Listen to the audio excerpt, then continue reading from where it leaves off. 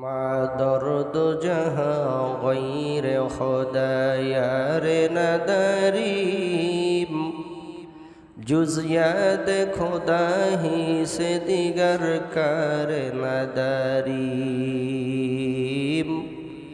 جز یاد خدا ہی سے دیگر کار نداریم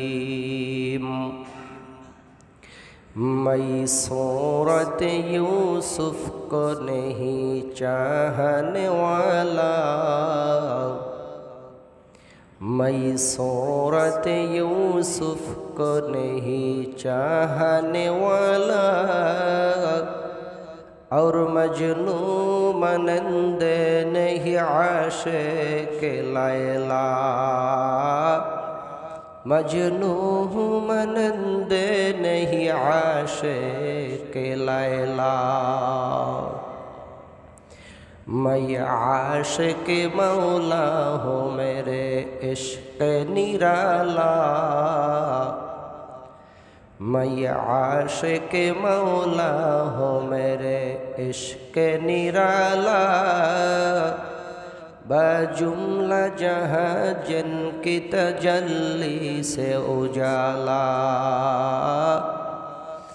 بجملہ جہاں جن کی تجلی سے اجالا لا الہ الا اللہ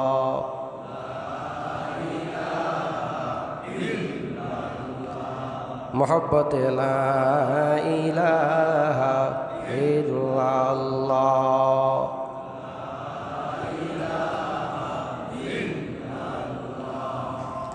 لا الہ الا اللہ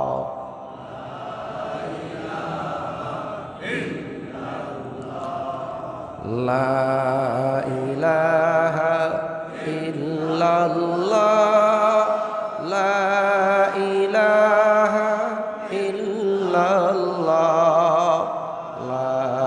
الہ الا اللہ لا الہ الا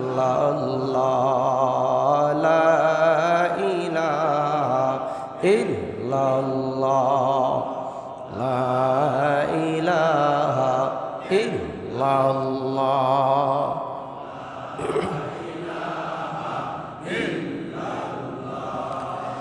لا الہ الا اللہ لا الہ الا اللہ لا الہ الا اللہ لا الہ الا اللہ لا الہ الا اللہ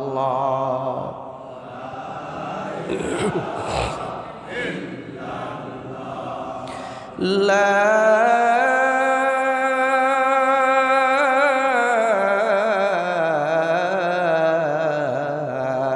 إله إلا الله محمد رسول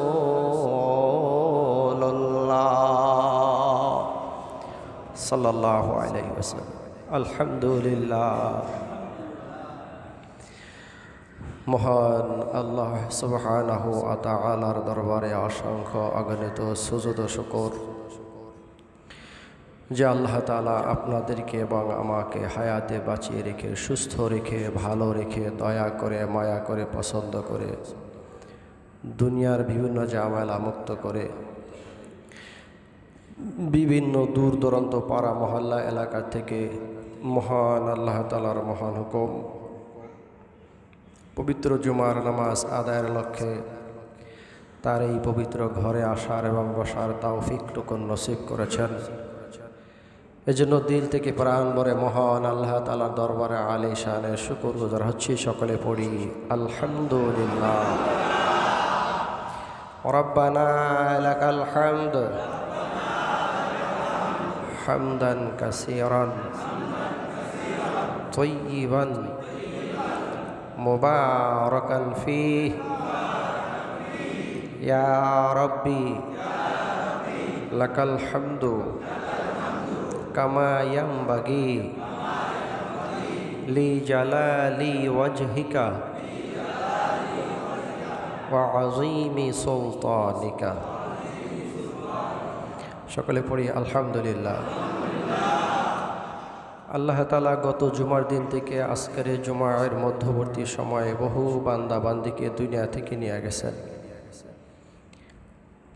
আল্লাহ তাআলার খাস মেহেরবানি ফজল করম, তিনি আপনাদেরকে আমাকে বাঁচিয়ে রেখে আবারও আজকের জুমা নসিব করেছেন।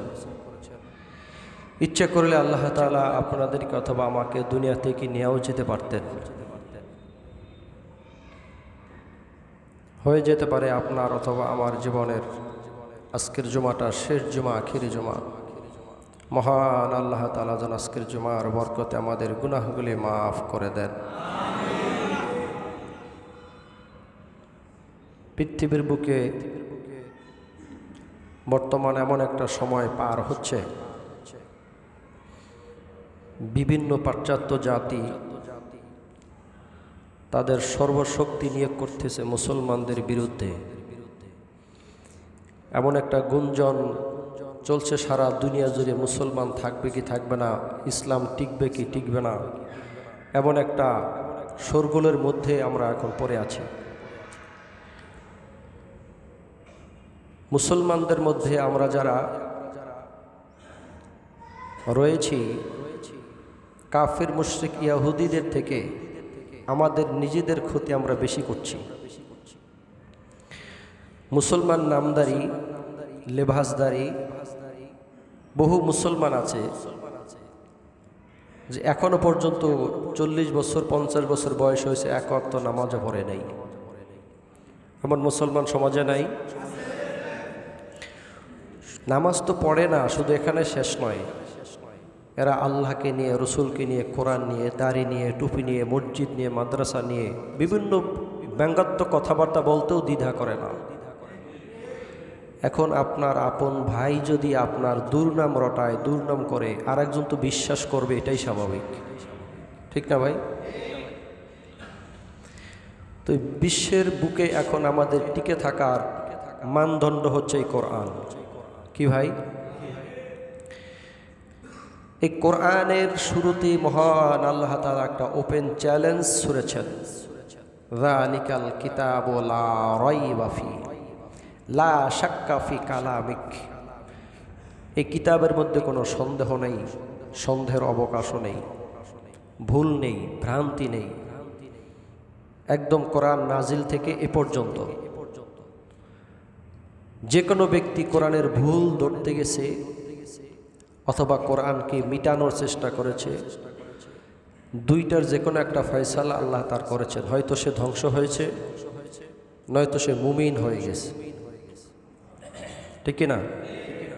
হয়তো সে কি হয়ে গেছে? ধ্বংস হয়ে গেছে, নয়তো কোরআনের মালা আল্লাহ তার গলায় পরিয়ে দিয়েছেন। এই কোরআনের যদি ভুল কেউ প্রমাণ করতে পারে, তো কোরআনের ভুল প্রমাণিত হলে মুসলমানদের অস্তিত্ব জমিনে থাকবে না। কোরআন যেদিন মানুষ জমিন থেকে ভুলে যাবে, এখনই তো আস্তে আস্তে মানুষ কোরআন, আগে যেভাবে আমাদের ঘরে মা বোনরা সকালে কোরআন তেলাওয়াত করতেন, রাস্তা দিয়ে চললে সকালবেলা জানালার পাশ দিয়ে মা বোনদের কোরআন তেলাওয়াতের গুনগুন আওয়াজ পাওয়া যায়, তো একটা সময় এরকম পার হয়েছে, ঠিক কিনা বলেন? কিন্তু এখন গভীর রাতে উঠেও দেখি জানালার ফাঁক দিয়ে টেলিভিশন চলছে। গভীর রাতেও মানুষের ঘরে কি চলছে? টেলিভিশন চলছে।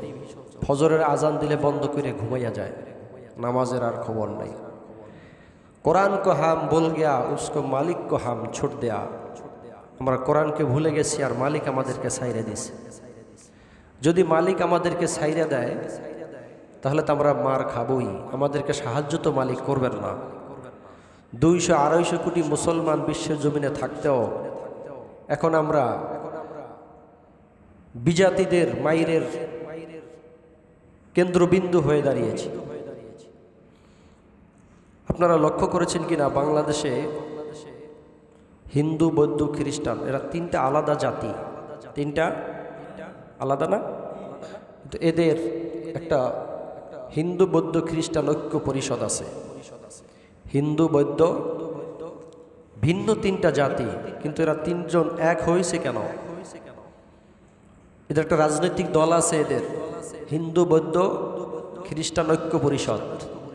জাতি ভিন্ন ভিন্ন তিনটা, কিন্তু এরা হয়েছে কারণ কি? এই কোরআন মিটিয়ে দেওয়ার জন্য। মুসলমান ধ্বংসের ব্যাপারে এরা তিনও জাতি এক। মুসলমান ধ্বংসের ব্যাপারে এরা তিনোটা জাতি কি, কিন্তু আমরা এক জাতি, এক আল্লাহ, এক কোরআন, এক নবীর উম্মত হয়েও এক হতে পারলাম না। এটাই বড় আফসোস, এটাই বড় আফসোস আর আক্ষেপ। ওরা তিন জাতি মিলে এক হয়েছে। দেখেছেন কয়েকদিন আগে চট্টগ্রামে বাংলার ইতিহাসে এত বড় মিছিল কোনোদিন হিন্দুরা বের করতে পারে নাই।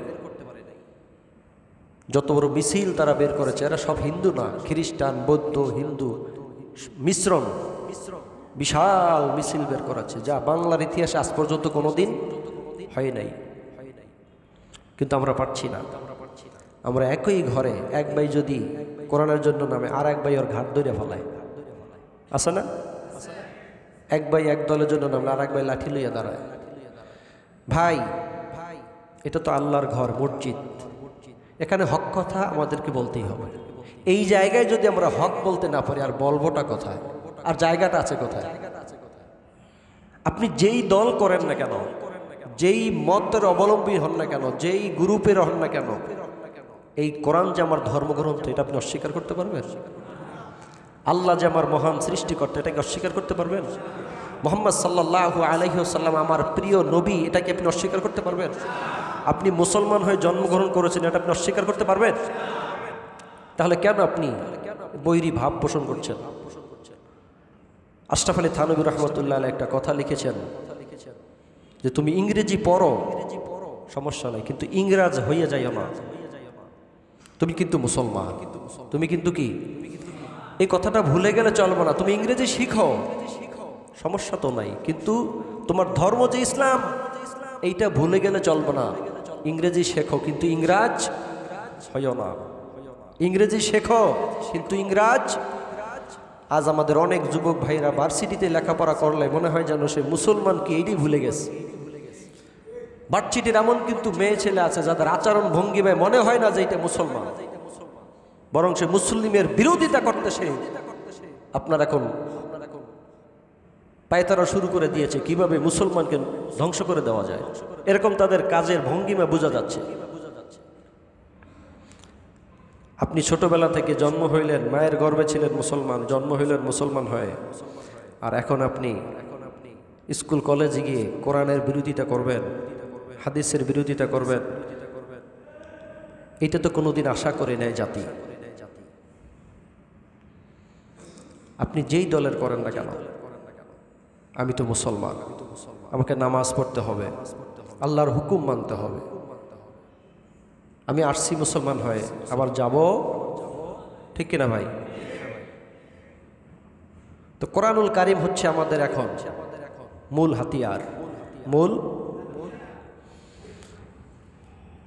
হযরতে শাহ আব্দুল আজিজ মুহাদ্দিস দেহলভী রহমাতুল্লাহ আলাইহি পাক উপমহাদেশের একজন শীর্ষস্থানীয় মুহাদ্দিস ছিলেন। উনি দিল্লির শাহী মসজিদের খতিব ছিলেন। দিল্লি শাহী মসজিদের খতিব ছিলেন। তো মসজিদ থেকে কিছু দূর বের হলে একটা 4 রাস্তার মোড় আছে। জুমার দিন এই 4 রাস্তার মোড়ে এক খ্রিস্টান তার বাইবেল অথবা ইঞ্জিল যেটা বলেন, এই কিতাবটা নিয়ে চ্যালেঞ্জ ছুড়ল যে কোরআন আর এই ইঞ্জিল, এই ইঞ্জিল কিতাব আর কোরআন একত্রে আগুনে ফেলা হবে। একত্রে যদি কোরআনটিকে আমি মুসলমান হয়ে যাব, আর যদি বাইবেলটিকে তাহলে আপনারা খ্রিস্টান হয়ে যাবেন। জুমার দিন 4 রাস্তার মোড়ে মানুষ একের পর এক জড়ো হতে লাগলো। চ্যালেঞ্জ ছুড়ল কি, কোরআন আর বাইবেল, এই দুইটা আগুনে ফেলা হবে। যদি এই দুইটার কোরআন পুড়ে যায় তাহলে আপনারা বাইবেল গ্রহণ করবেন, আর যদি বাইবেল পুড়ে যায় তাহলে আমি কোরআন গ্রহণ করব। আপনারা কি চ্যালেঞ্জ নিতে রাজি? এখন ওই জায়গায় উপস্থিত যারা, এরা কেউ চ্যালেঞ্জ গ্রহণ করছে না, কারণ এটা হলো কোরআনের ফটোকপি। এটা কোরআনের, এটা মাঝে মধ্যে পুরে, মাঝে মধ্যে পুরে না, মাঝে মধ্যে পুরে, মাঝে মধ্যে সব পুরে যায়, কিন্তু কোরআন আছে না এরকম। এটা আল্লাহ তাআলার একটা পরীক্ষা যে বান্দা কি করে দেখি। কোরআন পুরে গেলে কি দুনিয়া থেকে কোরআন মিটে যাবে? হ্যাঁ, কোরআন মিটাইতে হলে লাউহে মাহফুজ থেকে মিটাইতে হবে, ঠিক কিনা বলেন? কোরআন মিটাইতে হবে হলে 2.5 কোটি কোরআনের হাফেজ পৃথিবীর জমিন থেকে মিটাই দিতে হবে। তো সহজ নয়, কেউ এই চ্যালেঞ্জ গ্রহণ করছেন না। তো শাহ আব্দুল আজিজ মুহাদ্দিস দেহলভী রহমতুল্লাহ আলাইহির একজন ছাত্র ওখানে উপস্থিত, বলতেছে যে এই মুহূর্তে যদি কেউ চ্যালেঞ্জ গ্রহণ না করে তাহলে তো খ্রিস্টান জিতে গেল, যে এই চ্যালেঞ্জ কেউ গ্রহণ করে নাই। ছাত্র দৌড়ে গেল যে আপনি একটু দাঁড়ান, আমি আসতেছি। দৌড়ে হুজুরের হুজরায় গিয়ে দেখলেন যে হুজুর বুখারী শরীফের মোতালা করছেন। বলল যে হুজুর এই অবস্থা, রাস্তার চৌরাস্তার মোড়ে এক খ্রিস্টান বাইবেল নিয়ে ওপেন চ্যালেঞ্জ করেছে। ঘটনা খুলে বলার পরে যে বাবা তুমি গিয়ে বলো যে চ্যালেঞ্জ হুজুর গ্রহণ করেছে, তুমি দাঁড়াও। সুবহানাল্লাহ। হুজুর তো বৃদ্ধ মানুষ, একটা লাঠি নিয়ে আস্তে আস্তে গেলেন। হাজার হাজার মানুষ জমা হয়ে গেল। হুজুর ডাক দিয়ে বললেন যে তোমার চ্যালেঞ্জ হলো বাইবেল আর কোরআন আগুনে নিক্ষেপ করবে, যেটা টিকবে ওইটা মানবে, যেটা টিকবে না এটা মানবে না। এইটা বলে হ্যাঁ। বলে তুমি খ্রিস্টান, আমি মুসলমান, তোমার ধর্মগ্রন্থের প্রতি তোমার মোহাব্বত ভালোবাসা না থাকতে পারে, কিন্তু আমার কোরআনের প্রতি আমার ভালোবাসা মোহাব্বত প্রচুর পরিমাণে রয়েছে, কারণ আমার জীবন যাইতে রাজি, তো কোরআন আমি আগুনে দিতে রাজি না। সুবহানাল্লাহ বলেন। আমি আব্দুল আজিজ জীবন দিতে রাজি, কিন্তু কোরআন আগুনে দিতে রাজি না। খ্রিস্টান বলল তাহলে কি করবেন? বলে বেটা তোমার বাইবেল ওখানে থাক, আমার কোরআনও এখানে থাক, এবার তুমি আর আমি আসো, দুইজন আগুনের মধ্যে জাপ দিব, দেখবো কে টিকে আর কে পুড়ে যায়। কোরআন হলো আমার কলিজা, কোরআন হলো আমার জীবন, কোরআন হলো আমার রূহ, ঠিক কিনা? আমার জীবন একের পর এক চলে যাবে, কিন্তু আল্লাহর কোরআন জমিনে বেইজ্জতি হতে দিব না। বেটা কলিজায় যদি সাহস থাকে আয়, তুই আর আমি আগুনের মধ্যে ঝাঁপ দিব, দেখবো তুই আগুনে পুড়ে যাস না আমি পুড়ে যাই। যদি আমি পুড়ে যাই ইসলাম এখানে শেষ হয়ে যাবে, আর যদি তুই পুড়ে যাও তোর বাইবেল এখানে শেষ হয়ে যাবে। মুহূর্তের মধ্যে খ্রিস্টানের মুখ শুকাইয়া গেল। ও একটা পলিটিক্স করে আসছিল যে প্রত্যেকটা বাইবেলের পৃষ্ঠায় পৃষ্ঠায় একটা পাউডার, একটা মেডিসিন এরকম মিশ্রণ করে নিয়ে আসছে, যে আগুনের মধ্যে দিলে আগুন ওটার ক্রিয়ায় দূরে থাকে, ওটা স্পর্শ করে না। প্রত্যেকটা পৃষ্ঠায় পৃষ্ঠায় এটা ও মিশাইয়া নিয়ে আসছে। এখন বলতেছে যে আপনার সাথে আমার পার্সোনাল একটু কথা আছে। বলে কোনো পার্সোনাল নাই, তুমি চ্যালেঞ্জ ছুটছো ওপেনে হাজার মানুষের সামনে, যা বলার আমার সামনে বলো। লোকটা কোনো উপায় না পেয়ে বলল হুজুর আমি যে বুদ্ধি করে আসছিলাম, আমি যে চিন্তা ভাবনা করে ওপেন চ্যালেঞ্জ ছড়েছিলাম, কিন্তু বুদ্ধিটা ঘুরে গেল। আমি বুঝি নাই যে আপনি এরকম সিস্টেমটা করবেন, তাহলে আমার শরীরের মধ্যে মেডিসিনটা লাগাইতাম, কিতাবের মধ্যে লাগাইতাম না। হুজুর আমার বুঝার বাকি নেই যে কোরআনের হেফাজতকারী হচ্ছেন কে। এরকম বুদ্ধি আল্লাহর পক্ষ থেকে আপনার জেহেনে না দিলে আপনি বলতে পারতেন না। ঠিক কিনা ভাই? ওই খ্রিস্টান হাজারো মানুষের সামনে জায়গায় পড়ে নিল লা ইলাহা ইল্লাল্লাহু মুহাম্মাদুর রাসূলুল্লাহ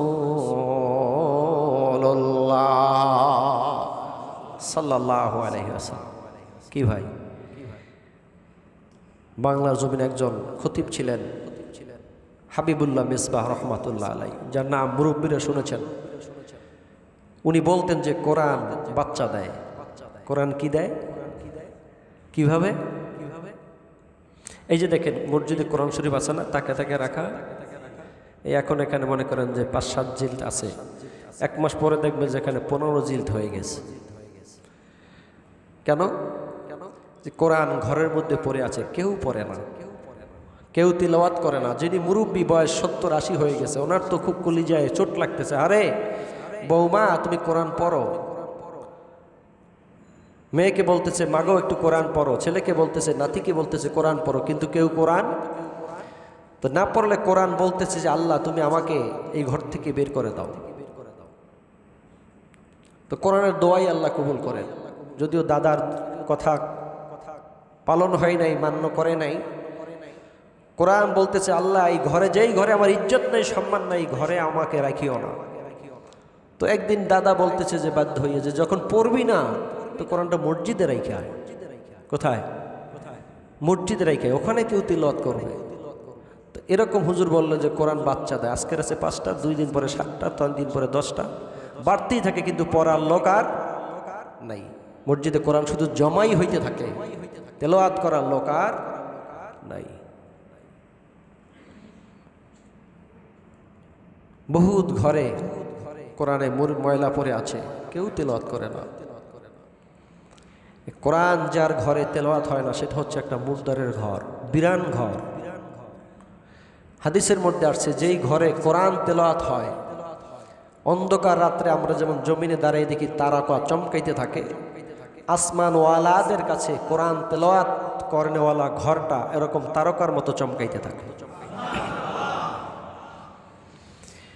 এজন্য আপনার মেয়ে ঘরে থাকলে স্ত্রীকে বলবেন, ছেলেকে বলবেন যে কমপক্ষে একটা ছাপা, একটা পৃষ্ঠা যেন রাত্রে আপনার সামনে তেলাওয়াত করে, যে একটু কোরআন তেলাওয়াত করো, আমি একটু শুনি।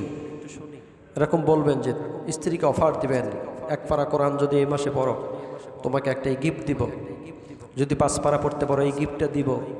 এভাবে করতে করতে একসময় দেখবেন কোরআনের প্রতি তার মহব্বত বাড়তে থাকবে।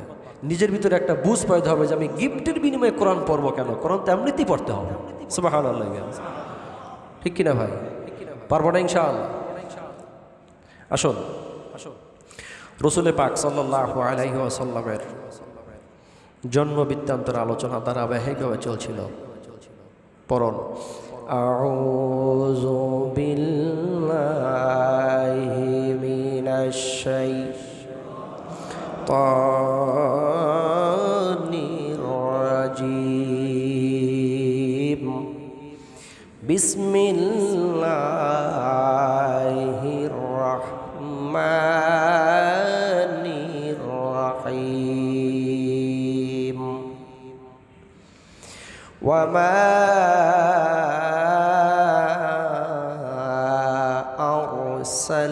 আরসালনাকা ইল্লা রাহমাতাল লিল আলামিন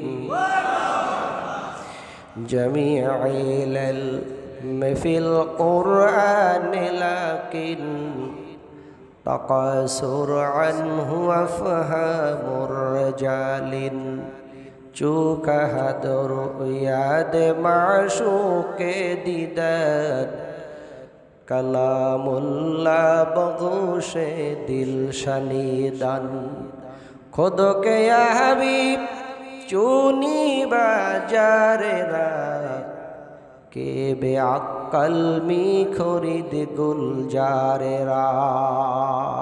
সুবহানাল্লাহ। ঈদে মিলাদুন নবী উপলক্ষে সেদিন আমি দেখলাম একটা মঞ্চে চট্টগ্রাম একটা চেয়ার সুন্দরভাবে সাজাইয়া ফুলের তোড়া দিয়ে একদম আল্লাহ রসুলের জন্য রেখে দিয়েছেন। নাউজুবিল্লাহ বলে। ওনাদের মজলিসে রসুল আসবেন আর ওই চেয়ারে বসবেন। কথা বুঝতেছেন আমার? দরবারে হাশেমিয়া মনে হয় একটা দরবার আছে। এই চেয়ার একটা সুন্দর একটা কাপড়ের উপরে ফুলের মালা দিয়ে চেয়ারটা সাজাইয়া সামনে রেখে দিয়েছে। ওনাদের এই সভায় রসুল আসবে আর আসলে ওই চেয়ারটা এসে, এটা হলো তাদের ধারণা বিশ্বাস। আমার কথা হলো এখানে যে দুই পাশে চেয়ারে যে লোকগুলি বসে আছে ওই চেয়ারটা সামনে, রহমতের নবী যদি চেয়ারে বসে, পাশের চেয়ারে বসার অধিকারটা পৃথিবীর জমিনে কার আছে বলেন? হ্যাঁ, আল্লাহর নবী যদি চেয়ারে বসে থাকেন, পাশে আর একটা চেয়ারে বসবে এমন ব্যক্তিটা পৃথিবীর বুকে কে আছে বলেন? এটা তো আন্তর্জাতিক বেয়াদব। কথা বলেন না কেন? রসুলের চেয়ারের পাশে যে চেয়ার দিয়ে বসে থাকে এটা কি সাধারণ বেয়াদব না আন্তর্জাতিক বেয়াদব? আন্তর্জাতিক পর্যায়ের বেয়াদব। রসুল আসবে কখন তুমি তো জানো না। তো সবসময় দাঁড়িয়ে থাকা দরকার। রসুল আসলে একটা সম্মান আছে না? সম্মান আছে না? কখন আসবে তুমি তো দেখো না। তোর মন চাইয়া নবী সালামু আলাইকে কই দাঁড়াইবা আর মনে করো রসুল এখন আইসে পড়ছে। মানুষের সেন্স, কমন সেন্স তো দূরের কথা, সেন্সও নাই।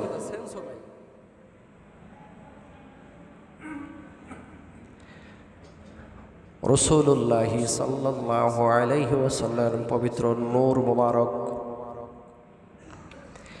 চারটা ভাগ করা হলো। একটা ভাগ নূরে মুহাম্মাদি আল্লাহ রাব্বুল আলামিন আলাদা ভাবে রেখে দিলেন। হযরতে আদম আলাইহিস সালাতু ওয়াস সালামকে আল্লাহ তাআলা সৃষ্টি করলেন।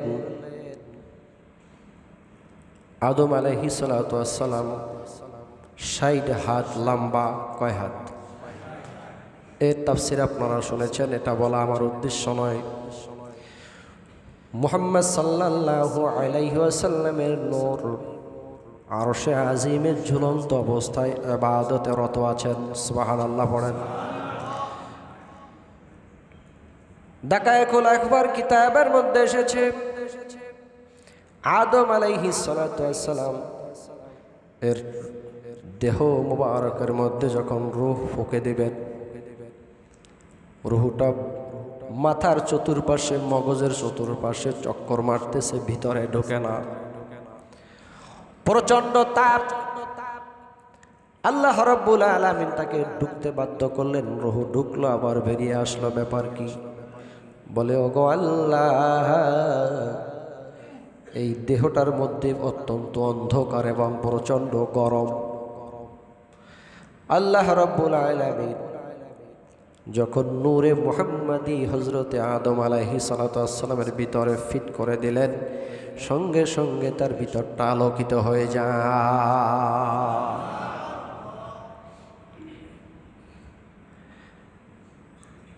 এই রূহ ফুঁকে দেওয়ার আগে ইবলিস আসলো। ৭০,০০০ ফেরেশতা সাথে নিয়ে ইবলিস আসলো আদমকে দেখতে। তখন সে মূর্তির মতো পড়ে আছে, চতুর্পাশে চক্কর দিতেছে, তার মধ্যে একটা হিংসাত্মক ভাব চলে আসছে। ইবলিস থুতু নিক্ষেপ করলো আদম আলাইহিস সালামের চেহারার মধ্যে। নাউজুবিল্লাহ বলেন। হিংসা করে থুতু মারছে।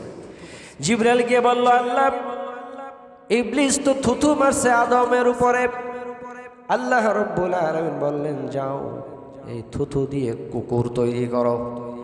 কি? কুকুর, কুকুর, কুত্তা, কুকুর তৈরি করো।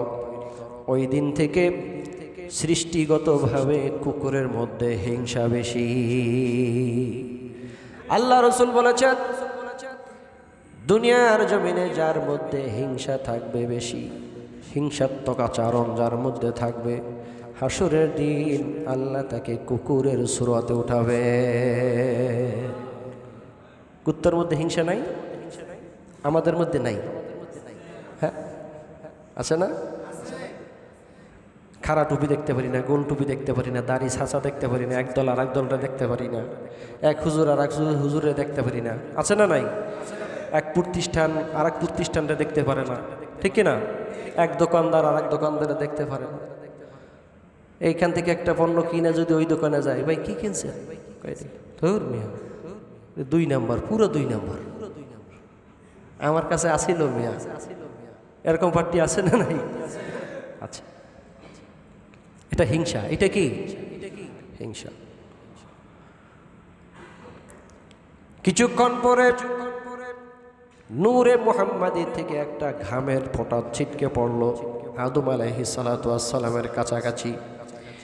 জিবরাইল আলাইহিস সালাতু ওয়াস সালামকে আল্লাহ তাআলা বললেন, এইটা আদমের চেহারার মধ্যে সুন্দর করে মেখে দাও ক্রিমের মতো। আদম আলাইহিস সালামের চেহারার মধ্যে যখন এটা মেখে দিল, আগের চেয়ে বহু বহু গুণে আল্লাহর পয়গম্বর সুন্দর হয়ে গেল। আদম আলাইহিস সালামের পৃষ্ঠদেশে নূরে মুহাম্মাদি রাখা হলো। অর্ধেকটা যখন রূহ মগজের ভিতর থেকে, চোখের ভিতর থেকে, নাকের ভিতর থেকে, মুখের ভিতর থেকে, জিহ্বা থেকে যখন ভিতরের দিকে, হাতের দিকে আসতেছিল, যত যাচ্ছে আর তত তাজা হয়ে যাচ্ছে। সুবহানাল্লাহি বিহামদি। নাভি বরাবর, কোমর বরাবর আসতে না আসতে আদম আলাইহিস সালাম উঠে বসে গেলেন। জিবরিল বলে, আল্লাহ এতে খুব চালাক, কি খুব চালাক চতুর হবে। রুহু আসছে কোন পর্যন্ত? কোমর পর্যন্ত, এর মধ্যে সে উঠে বসে গেছে। আদম আলাইহিস সালাম বলল, ওই সময় আমি দেখলাম আল্লাহ আমাকে কি দিয়ে বানিয়েছেন। আমার অর্ধেকটা রক্ত মাংসে গড়া হয়ে গেছে, আর অর্ধেকটা এখনো কাঁচা মাটি রয়ে গেছে। ওই সময় আমি দেখলাম আল্লাহ রব্বুল আলামিন আমাকে মাটি দিয়ে তৈরি করেছেন।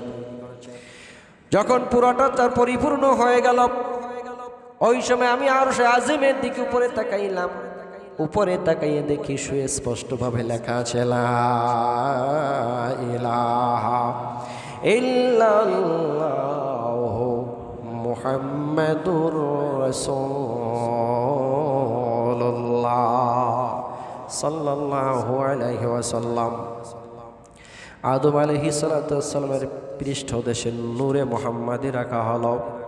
সমস্ত ফেরেশতাকে পিছনের দিকে দাঁড় করে দিল। আদম আলাইহিস সালাম বললেন, হে আল্লাহ, ফেরেশতারা সারিবদ্ধভাবে কি দেখতেছে? বলে, তোমার পিঠের মধ্যে আমার হাবিবের নূর রেখে দিয়েছি। এটা দেখার জন্য ফেরেশতারা পিছনে সারিবদ্ধভাবে দাঁড়িয়ে আছে। আদম আলাইহিস সালাম বললেন, আল্লাহ আমাকে একটু দেখার তৌফিক দাও, সুযোগ করে দাও। আল্লাহ রাব্বুল আলামিন নূরে মুহাম্মাদি এনে আদমের কপালের মধ্যে, এখানে পেশানিতে রেখে দিলেন। পেশানির মধ্যে রাখলে কি দেখা যায়? বলল, আল্লাহ পেশানির মধ্যে রাখলে তো আমি দেখতে পারি না, আমার হাতের মধ্যে এনে দাও। কিতাবের মধ্যে আসছে আদম আলাইহিস সালামের মধ্যম আঙ্গুলের মধ্যে নূরে মুহাম্মাদি রাখা হলো।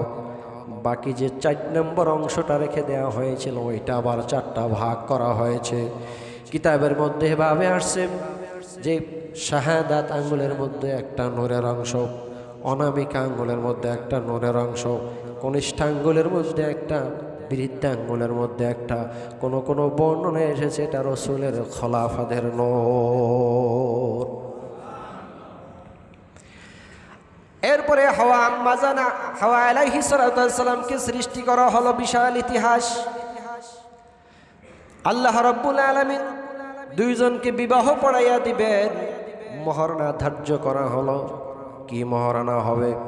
হাদিসের কিতাবের মধ্যে আসছে আল্লাহ রাব্বুল আলামিন আদম আলাইহিস সালামকে বলল, আমার হাবিব মুহাম্মদ সাল্লাল্লাহু আলাইহি ওয়াসাল্লামের উপরে 10 বার দরুদ বকশিশ করে দাও।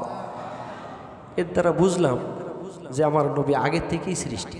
সুবহানাল্লাহ, ঠিক কিনা বলেন? হাওয়া আলাইহিস সালামের সঙ্গে আদম আলাইহিস সালামের সঙ্গে যখন মিলন হয়ে গেল, নূরে মুহাম্মাদি আদম আলাইহিস সালাম থেকে ট্রান্সফার হয়ে আম্মাজানের রেহেমের মধ্যে চলে গেল।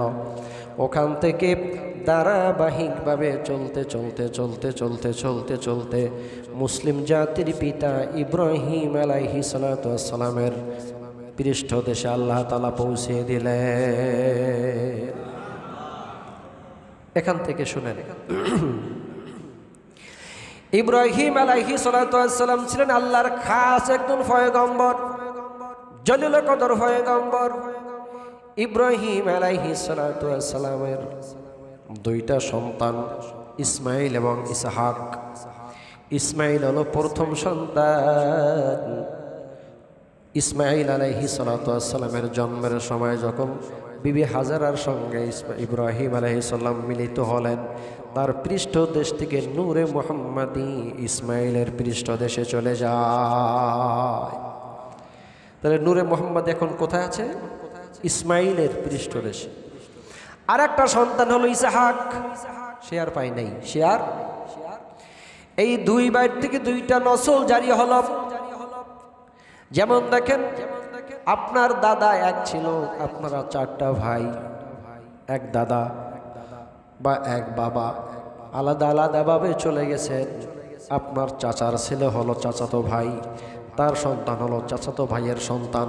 এভাবে বংশ বাড়তে বাড়তে বাড়তে বাড়তে তারা একদিকে চলে গেল, আপনি একদিকে চলে আসলেন, কিন্তু ওনার রক্ত আর আপনার রক্ত কিন্তু একটাই ছিল।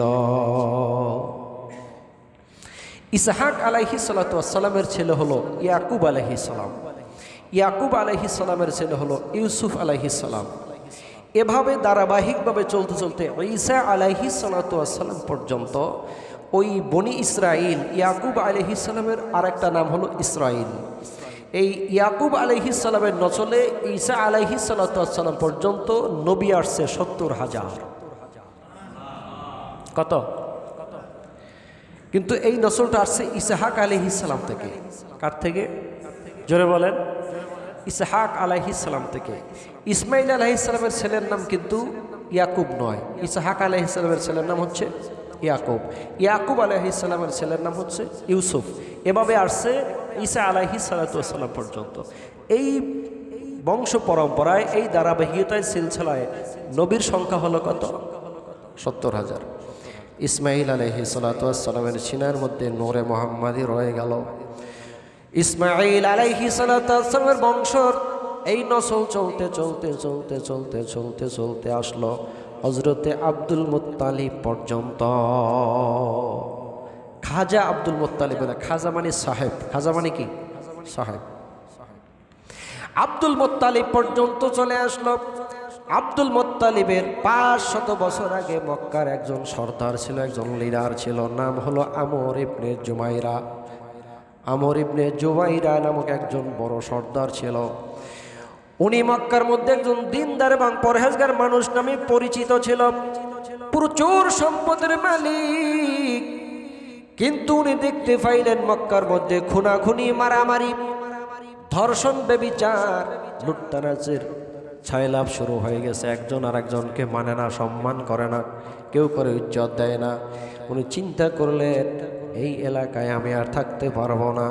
কাজী ওনার যত সম্পদ, সমস্ত সম্পদগুলি জমজম কূপের মধ্যে উনি দাফন করে দিল। কোথায়? তারিকুল খামেস গ্রন্থের মধ্যে এসেছে, এই জমজম কূপের মধ্যে উনি গভীর রাতে গিয়া সমস্ত সম্পদ ফলাইয়া রাখত। এরপরে বালু চাপা দিয়া জমজম কূপটা বন্ধ করে দেওয়া হলো। একটানা ৫০০ বছর পর্যন্ত জমজম কূপ বন্ধ ছিল। ইতিহাস শোনেন, কত বছর? ৫০০ বছর পরে এদিকে নূরে মুহাম্মদ অবস্থান করছে আব্দুল মুত্তালিবের পৃষ্ঠদেশে। আল্লাহ রাব্বুল আলামিন তার হাবিবের আগমন ঘটাবেন, সময় নিকটবর্তী।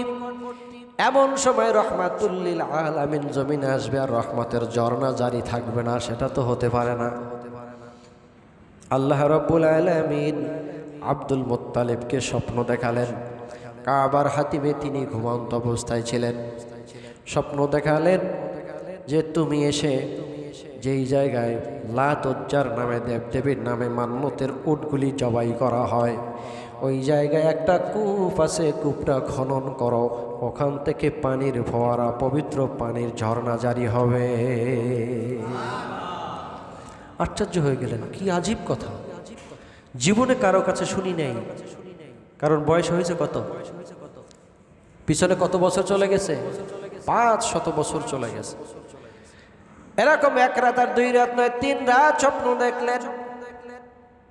স্বপ্ন দেখার পরে বলল যে ওখানে যে পানির ফোয়ারা আছে, কারণ আরব দেশ মরুভূমির দেশ, একটা পানির ফোয়ারার বড় কদর, বড় ইজ্জত, বড় দাম, ঠিক কিনা? বলল আমি কেমনে পাবো, কোন জায়গায় পানির ফোয়ারা আছে, পবিত্র পানির ফোয়ারা আমি কিভাবে আলামত পাবো, সিমটম পাবো, নিদর্শন খুঁজে পাবো?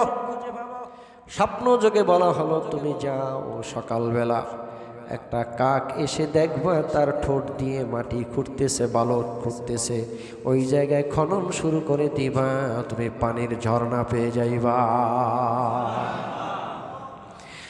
খাজা আব্দুল মুত্তালিবের ছেলে একজন নাম হলো হারেস। এই হারেসকে নিয়ে তিনি সকালবেলা চলে গেলেন। কাকের অপেক্ষমান, কখন কাক আসবে আমাকে জায়গাটা শনাক্ত করে দিবে, আমি ঘুরতে থাকব। অনেক সময় অপেক্ষা করার পর একটা কাক চলে আসলো, সুবহানাল্লাহ। তার ঠোঁট দিয়ে বালু খরা শুরু করে দিল। কিছু সময় পর কাকটা ওখান থেকে উড়ে গেল। খাজা আব্দুল মুত্তালিব এবং তার ছেলে দুইজনে গিয়ে যখন বালু সরানো শুরু করলো, মক্কার বিভিন্ন গোত্রের মানুষ এসে তাদেরকে বাধা দিতে লাগলো। এই জায়গাটা তুমি নষ্ট করছো কেন? এই জায়গায় কেন কূপ খনন করতেছ? কারণ এইখানে আমরা উট জবাই করে লাতুজ্জার নামে মান্নত পুরা করি এখানে, কাজে এই জায়গাটা নষ্ট করা যাবে না। দুই বাপ বেটার সঙ্গে মক্কার মানুষের সঙ্গে দস্তাদস্তি শুরু হয়ে গেল। এক পর্যায়ে দেখে যে আমরা দুইজন, তারা অনেক মানুষ, পারবো না। তিনি বাধ্য হলেন তার স্বপ্নের কথা বর্ণনা করার জন্য, যে আমি একবার আর দুইবার নয় 3 রাত স্বপ্ন দেখেছি, এখানে পবিত্র পানির ঝর্ণা আছে, আমি মাটি খনন করলে পানি পেয়ে যাব। তারা তার কথাই মেনে গেল। খাজা আব্দুল মুত্তালিব 1 দিন 2 দিন 3 দিন মাটি খনন করতেছে, পানি পাচ্ছে না। 4র্থ দিন যখন মাটি খনন করলো, দেখে পানি বের হচ্ছে, আবে জমজম আবে। যখন পানি বের হলো, এই মানুষের লোভ পড়লো সেখানে। এ দাবি করে আমার জমিন, সে দাবি করে আমার জমিন, সে বলে আমার পূর্বপুরুষদের জায়গা ছিল, এটা আমাদের জায়গা ছিল। হুরুস্থল কাণ্ড শুরু হয়ে গেল।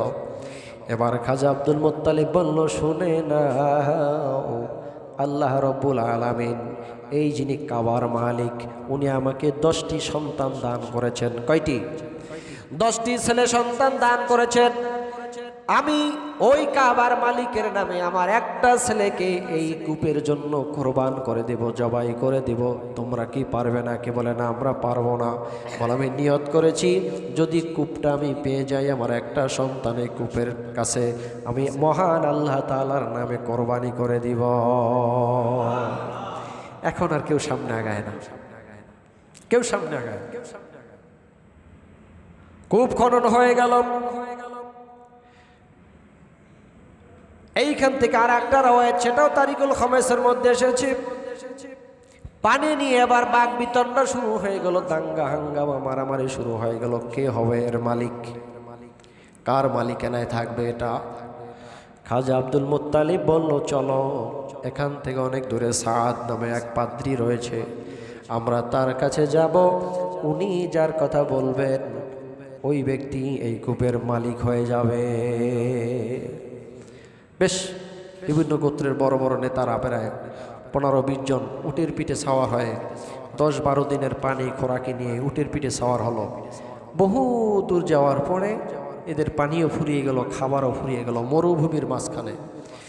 খাজা আব্দুল মুত্তালিব বলল যে, শোনো, এখন যে অবস্থা, পানির জন্য আমরা ভাগাভাগি করতে গিয়ে এখন আমাদের মরণ ছাড়া আর কোনো রাস্তা নেই। কাজেই সময় থাকতে, এখানে তো আশেপাশে কোনো বাড়িঘর নাই, এলাকা নাই, লোকজন নাই যে মইরা গেলে দাফন কাফন দিবে, কাজেই যার যার কবর শেষে খুঁড়ে নাও, এখান থেকেই এখানেই আমাদের মরণ হবে, সামনে আর যাওয়া যাবে না, কারণ সামনে কোনো লোকালয় পাওয়া যায় না।